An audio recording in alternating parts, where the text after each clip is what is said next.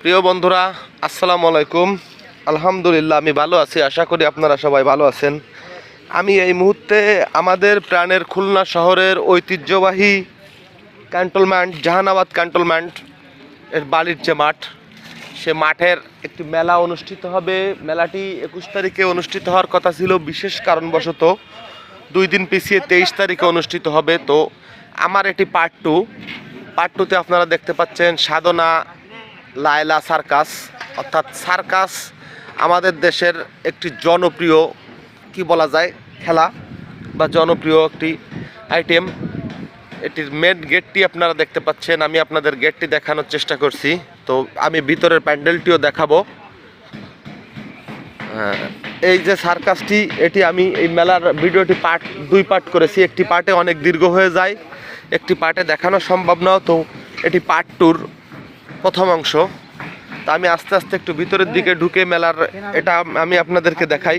আপনারা সার্কাসটি অত্যন্ত সুন্দরভাবে উপভোগ করতে পারবেন। তো সেক্ষেত্রে দেখেন, অত্যন্ত সুবিশাল পরিসরে প্যান্ডেল এবং খুব দ্রুত গতিতে নির্মাণ কাজ চলছে। যেহেতু মেলার আর মাত্র 2-3 দিন বাকি আছে, আজকে 20 তারিখ, 23 তারিখ থেকে উদ্বোধন হওয়ার কথা। তো খুব দ্রুত গতিতে সার্কাস প্যান্ডেল তৈরি হচ্ছে। আপনারা দেখতে পাচ্ছেন অনেক লোকজন কাজ করছে। আমি আসলে আরেক সময়ের কারণে আজকে শুক্রবার, আমি কিছু সময় পেয়ে গেছি, তাই দেখানোর চেষ্টা করলাম। হয়তোবা প্যান্ডেলটি পুরো তৈরি হলে আপনারা বুঝতে পারতেন এটি কত দৃষ্টিনন্দন হইতো। দেখেন, পুরা প্যান্ডেলটি আমি এক নজরে আপনাদেরকে ঘুরিয়ে দেখানোর চেষ্টা করছি।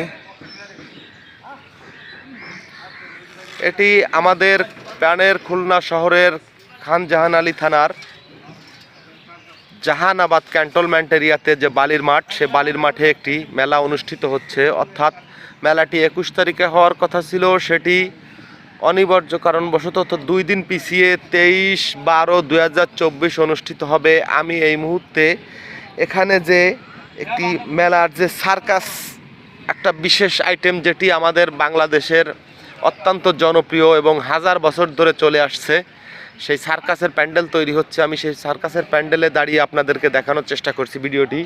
তো আপনারা এই মেলার মাঠে এসে অত্যন্ত মনোরম পরিবেশে আপনারা এই সার্কাস উপভোগ করতে পারবেন। আর আমি আগের দিন এখানকার একজন মেলা আয়োজক কর্তৃপক্ষ সাথে কথা বলার সুযোগ হয়েছিল, দেখা হয়েছিল। তো সে আমাকে একটা কথা বলেছিল, সেটা হচ্ছে সাদা মেলা।